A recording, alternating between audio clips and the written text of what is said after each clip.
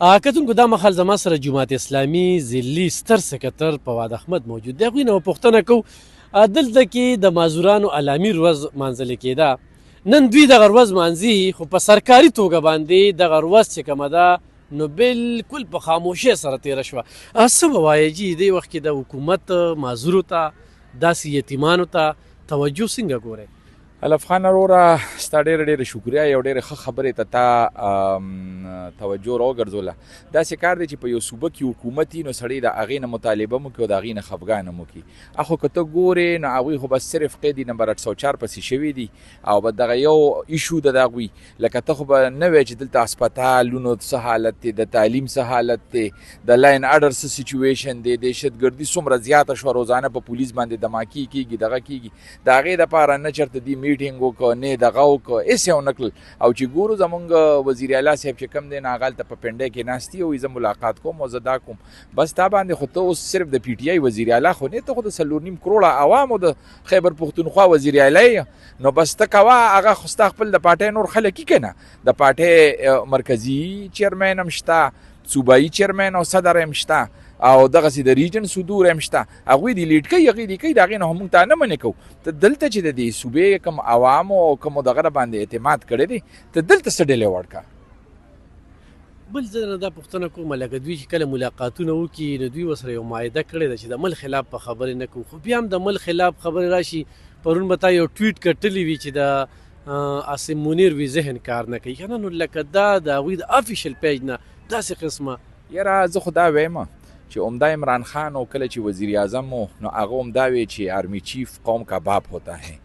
او په پاکستان په تاریخ کې چې کم دی نو په قومي اسمبلی کې قانون سازي نه وشوه او د عمران خان په خپل دوري حکومت کې وکړه د باجوا د ایکسټنشن په صورت کې.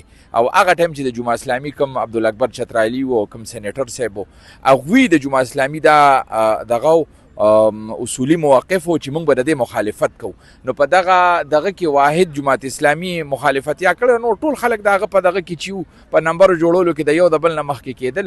نو دا قدم خو دی وخ کې دی، دا آرمي خو دی دغه ترادن نه کړی ده او دغه کړی ده. نو اوس دې ګیلې کوي چې اوس هغې د حکومت نه لرې کړل او نور خلک یې راوستل، اوس ګیلې کوي. فواد خان چې کوم چیلنجز و که نه،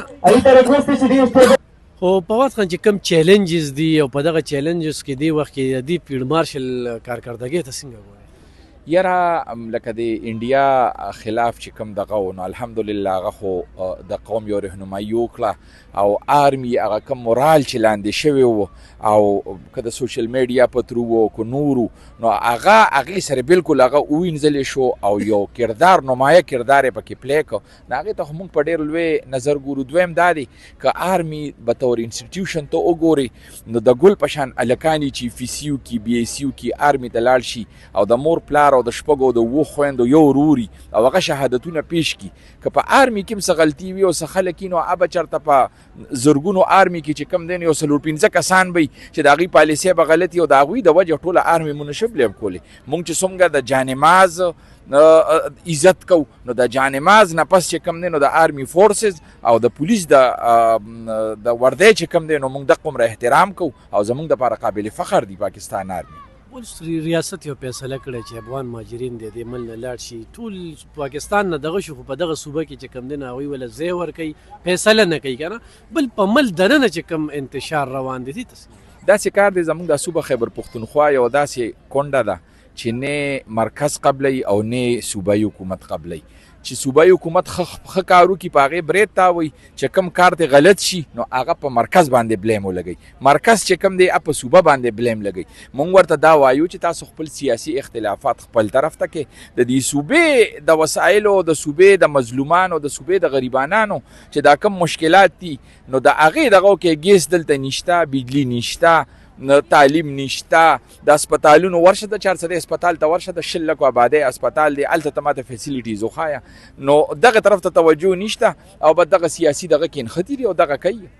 موږ د معذورو په یو تقریب کې موجود څنګه چې مریم نواز معذورو له دسته کې یو پروګرام چې کور په کور ګرځي، خو دې صوبه کې معذورانو ته توجه څنګه ګوري؟ یاره هیڅ نشته. مونږ الحمدلله الخدمت فاونډیشن پرون هم په پېښور کې په اسلامي کالج یونیورسټۍ کې یو ډېر غټ پروګرام کړی او معذورو دپاره ویل چیر یې ورکړی او نور چې کم دغه دي.